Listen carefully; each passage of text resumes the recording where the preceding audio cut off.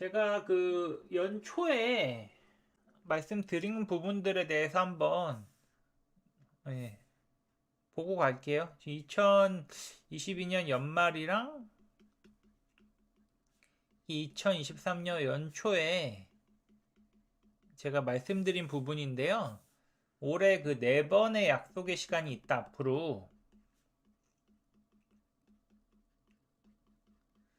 요거 이제 한번 보시면은 처음은 우선은 그 11월에 강남 대치 음마랑 잠실 S가 이제 바닥이 나왔고, 그 12월에 이제 서울 핵심지가 이제 바닥이 나온다고 말씀드렸고, 요때 당시에 추천했던 지역이 공개 라이브랑 비공개 라이브에서 이렇게 추천드렸어요.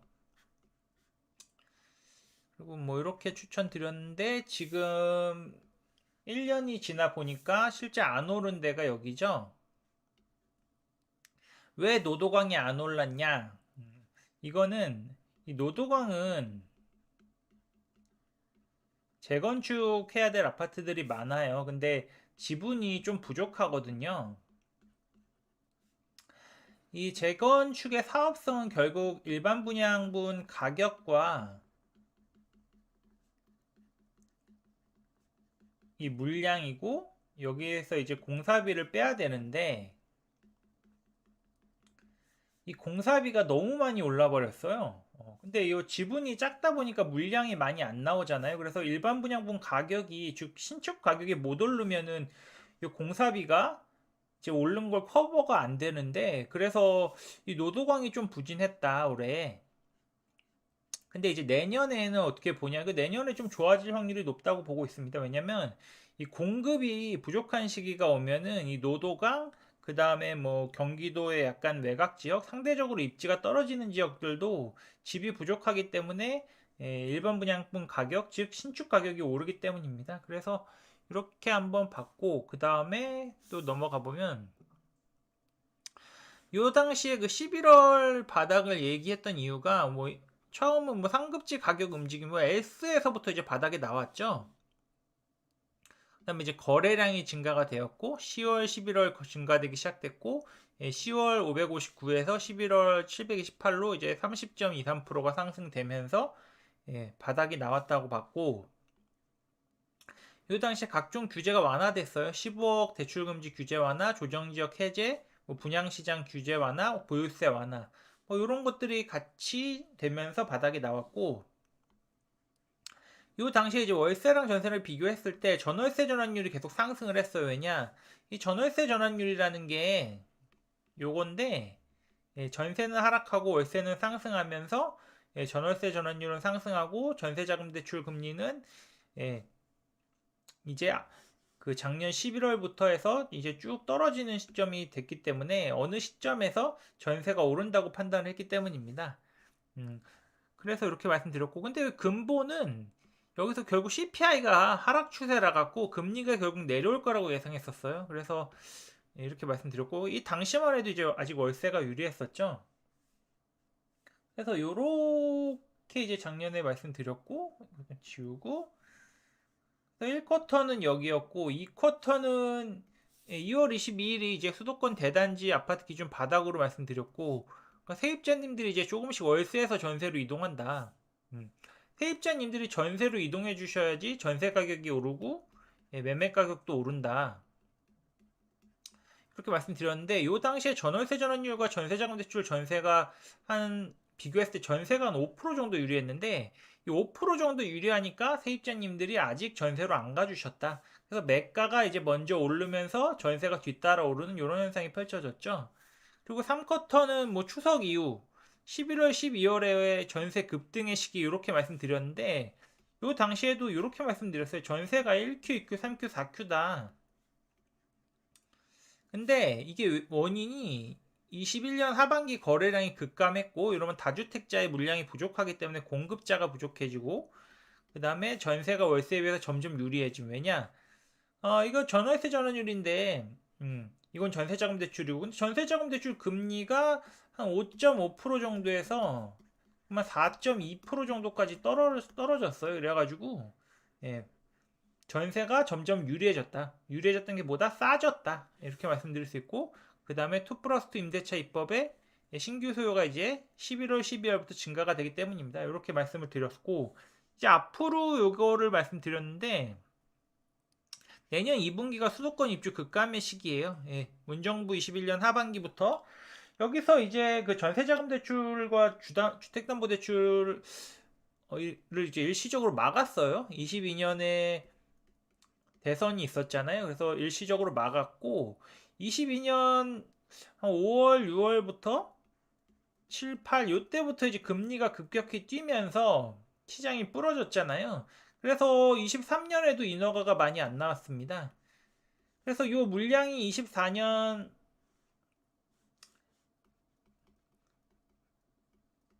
이제 중순 2Q부터 이제 부족하게 나오는데 이제 입주 급감의 시기가 이제 4쿼터에 온다. 이렇게 말씀을 드렸었고요. 이렇게 쭉 내려보면은 요거는 제가 신혼여행을 가서 베트남에서 블로그에 썼던 거고 뭐 텔레에서도 말씀드린 건데 1월은 채권 단기금융시장의 안정 그리고 정부의 압박으로 인한 시장 대출금리 인하가 있겠습니다. 그러니까 기준금리는 인하가 안 돼도 이 대출금리가 내려간다. 우리가 돈을 빌리는 건 대출금리로 인해서 돈을 빌리잖아요. 그리고 2, 3월은 특례 보금자리로 인한 거래량 증가가 주목됩니다. 또한 전세자금 대출 고정금리 상품으로 인한 월세에서 전세로 이동이 기대됩니다. 요거는 비슷한 건 나왔는데 똑같은 건 안 나왔어요. 예, 그랬고 4월은 이제 우크라이나 러시아 전쟁이 2022년 2월 말에 발발했기 때문에 23년 03월 CPI 발표가 기대됩니다. 5% 인하가 될 것 같습니다. 그래서 지금 22년 하반기에 부동산 시장이 부러진 이유가 금리가 급격히 뛴 건데 이 금리가 뛴 거는 결국 CPI 때문이고 CPI가 안정이 되면은 금리도 결국 안정이 된다. 그리고 하락 추세로 바뀐다라고 말씀드렸기 때문에 이 모든 원인은 CPI이기 때문에 CPI가 이제 하락 추세로 되기 때문에 크게 걱정할 게 없다라고 말씀드렸고요. 5월, 6월부터는 미국 금리 고점 인식으로 인해서 금리 인하 기대감이 생길 것으로 예상됩니다. 근데 이게 실질적으로 안 맞았죠? 더 늦어졌죠? 그래서 지금 예상하기로는 내년 3월 정도부터 이제 금리 인하가 될 것 같다라는 이야기가 들리고 있고요. 그다음에 9, 10월부터는 원 플러스 원 계약 만료 물건 21년 하반기 거래량 폭감에 의한 임대차 물건 감소로 인해서 전세가 상승을 예상해 봅니다. 그래서 전세가는 계속 상승을 하고 있고 그다음에 11월, 12월부터는 늦어도 이때부터는 실질적인 금리 인하가 될 것으로 예상하고 있습니다. 이랬는데 금리 인하가 안 됐죠. 그래서 어쨌든 금리가 방향은 알 수 있지만 얼마나 이제 높이 오르고 높이 내리는지는 쉽게 알 수가 없다. 이런 걸 우리가 알 수 있습니다. 그래서 제가 1년 전에 라이브 할 때 말씀드린 내용들을 한 번 더 말씀드려 봤고요. 최근에 이 미국 10년물 국채 금리를 보면은 이 굉장히 5% 가까이 찍었다가 지금 3.8%까지 내려와 있고 이건 한국 10년 채권 수익률인데 이것도 4% 초반대에서 지금 3.26%까지 내려와 있어요. 거의 1%가 한 두 달 요 사이에 이제 내려온 건데 한 50일, 60일 사이에 내려온 건데 이게 굉장히 큰 폭으로 내려오고 있는 거고요. 그러다 보니까 이 미국 모기지 금리인데 이게 모기지 금리가 계속 떨어지고 있어요. 지금 7.86을 찍고 쭉 내려와서 6.83까지 떨어졌고 이거 이제 미국 주택가격 지수거든요. 주택가격 지수는 지금 쭉 오르고 있어요. 이러한 상황에서 지금 한국 부동산원 데이터를 보면은 한국 주택시장이 좀 조정이 나오고 있다고 하는데 그 이유를 한번 보겠습니다. 이거를 보면 되는데 이게 미국 10년물, 은행 금융채 5년물, 신규 코픽스, 단기 코픽스 전세자금 대출 금리예요. 이 전세자금 대출 금리는 그 7대 은행 전세자금 대출 금리를 이렇게 가지고 나타낸 건데 이게 일주일에 한 번씩 업데이트가 되거든요. 그래서 제가 이거 수동으로 하는 거고 보시면 미국 10년물이 4.99였고 은행 금융채 5년물이 4.66까지 올랐다가 이게 20일 끝까지 제가 집계를 했는데 3.864, 그 다음에 예, 은행 금융채 5년물은 이제 3.96, 예, 이 정도까지 내려왔어요. 근데 이걸 보면은 오른쪽을 보면은 예, 미국 10년물은 쭉 떨어지고 있고 파란색인데 은행 금융채 5년물도 쭉 떨어지고 있는데 이 신규 코픽스, 단기 코픽스, 전세자금 대출은 아직 많이 안 떨어졌잖아요. 그래서 이게 곧 떨어질 겁니다. 근데 이거 하나 아셔야 되는 게 이 신규 코픽스랑 단기 코픽스는 이 변동금리에 영향을 줍니다. 그래서 주택담보대출, 전세자금대출 변동금리에 영향을 주고요. 은행 금융채 5년물은 이 고정금리에 영향을 줘요. 그래서 지금 현재 고정금리 상품 같은 경우는 금리가 떨어지고 있는데 이 변동상품 같은 경우는 금리가 떨어지고 있지 않습니다. 네, 그래서 요게 이제 반영이 되면은 이제 부동산 시장도 안정을 찾을 겁니다. 그래서 지금 뭐 떨어지고 있는 걸 크게 걱정할 필요가 없고 지금 중요한 거는 전세 가격이 계속 오르고 있다는 그 사실이 중요합니다. 그래서 요거 이제 뭐 전세자금 대출 금리인데 이 5.19 근데 이게 실질적으로는 더 높았어요. 그래서 올해 초에 이제 5.19에서 쭉 떨어져서 지금 4.32 정도까지 떨어졌다. 그래서 올해 최저점 같은 경우는 네, 뭐 여기 3.94 정도? 예, 이때가 최저점이었다. 네, 이렇게 볼 수 있고 이게 이제 전세랑 월세 비교한 건데 이거 보시면은 예, 전세랑 월세 이게 비교한 거예요. 그래서 지금 이게 20%가 뭐냐면 전세가 월세에 비해서 지금 20% 정도 유리하다. 예, 그래서 전세 vs 월세 이렇게 냈던 거고 전세 자금 대출 금리랑 경기도 아파트 전월세 전환율을 비교한 거예요. 그래서 요거를 이제 보시면은 10%에 하나 긋고 여기 15% 정도에 하나 그으면요.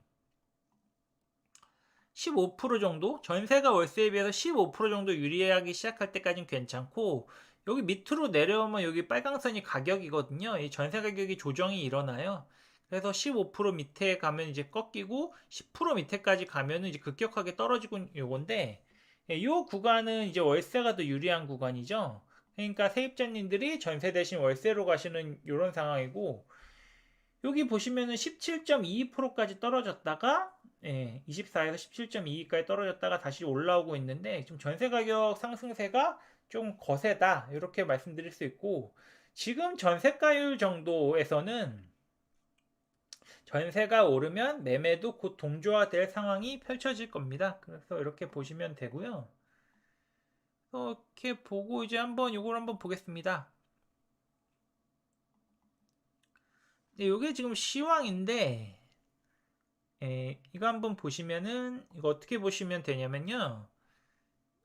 전고점 23년 고점 10월 11월 거래 그다음 12월 거래 가로가 요건데요. 이게 압구정 신현대예요. 압구정 2구역이고요. 전고점이 44억, 그다음에 올해 고점이 44억, 그러니까 신고가가 나온 거죠. 그리고 이제 저가가 10월 11월에 거래된 저가가 39억 41억 3천인데 이 보시면은 44억 대비 하나는 2억 7천 빠졌고 하나는 5억 빠졌는데 이게 한강변이냐 아니면은 한강변이 아니냐에 따라서 차이가 많이 납니다.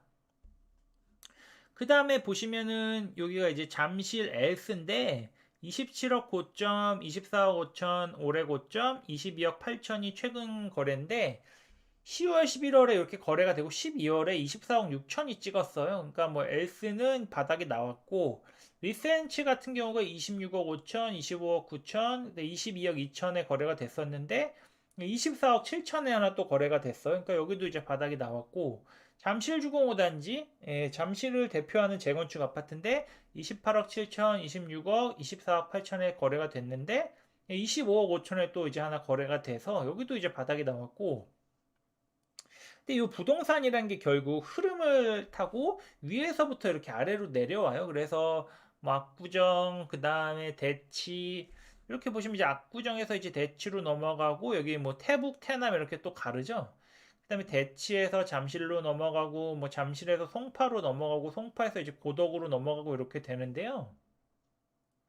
보시면 헬리오시티가 23억 8천에서 21억 3천, 그다음에 19억 5천까지 거래가 됐다가 20억 7천에 하나 거래가 됐어요.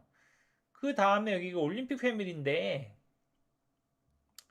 21억에 거래가 됐고 17억 3천에 이제 23년 고점이었고 16억 4천에 이제 10월 11월에 거래가 됐다가 그 다음에 17억 3천까지 거래가 됐는데 여기 재밌는 게 그 이후에 15억 8천에 또 거래가 되고 요걸 저점 찍고 8건이 거래가 나왔대요. 그리고 17억을 다시 회복을 했다. 그래서 이 올림픽 패밀리도 지금 바닥이 나왔다. 이렇기 때문에 이렇게 되면 이제 흐름이 강동의 고덕, 그라시움, 아르테온, 그 다음에 하남 미사, 뭐 위례 이런 식으로 계속 갈 거예요. 그래서 이미 뭐 부동산 같은 경우는 바닥이 나왔고 지표상으로만 좀 늦게 되는 그런 상황이다. 그래서 아마 1월이나 2월 정도 되면은 네, 지표상으로도 다시 매가가 양전으로 돌아서는 걸 확인하실 수 있을 겁니다. 그래서 크게 걱정하실 필요가 없고 제가 여전히 작년 5월 텔레그램 공개 텔레그램 방 라이브 하면서 3분 컵라면 사진 갖다 놓고 이런 말씀 드렸잖아요. 7, 8, 9, 10, 11, 12 3Q 내로 이제 매수를 하시는 게 좋다라고 말씀을 드렸는데 여전히 유효하게 그렇게 생각하고 있습니다. 그렇게 생각하고 있고요. 그 다음에 이건 이제 한국부동산원 데이터인데요. 이거 최근 뭐 이렇게 보시면은 매가가 계속 음전인데 전세가는 아직 괜찮아요. 이렇게 되면 어떻게 된다? 전세가율이 계속 올라간다. 그렇기 때문에 이게 지금 크게 매가에 대해서 신경 쓸 필요가 없다.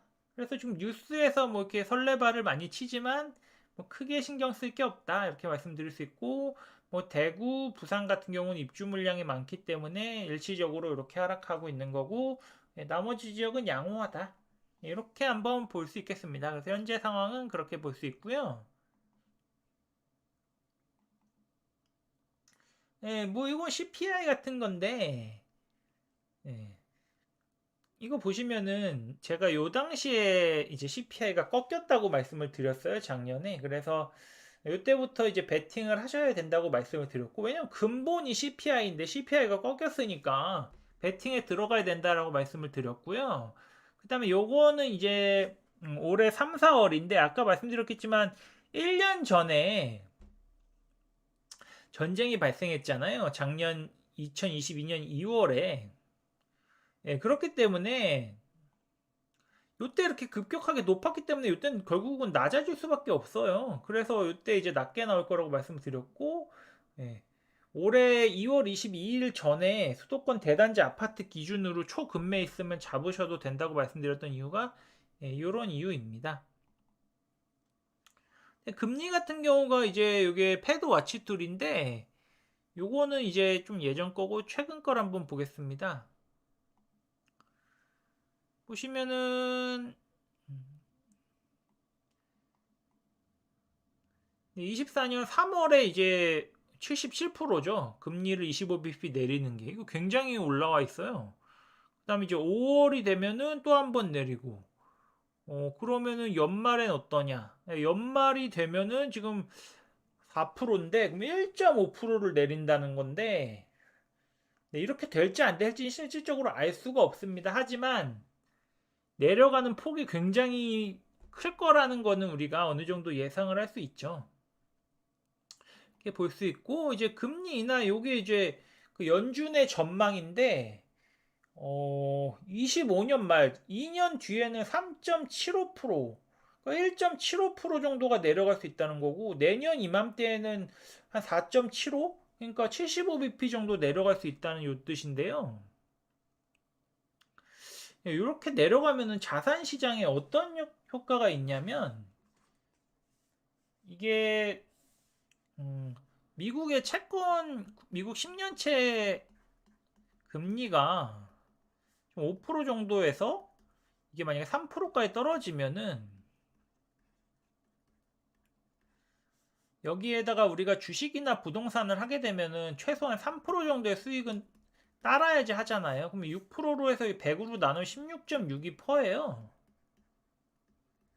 이거 8이면은 12.5가 퍼잖아요.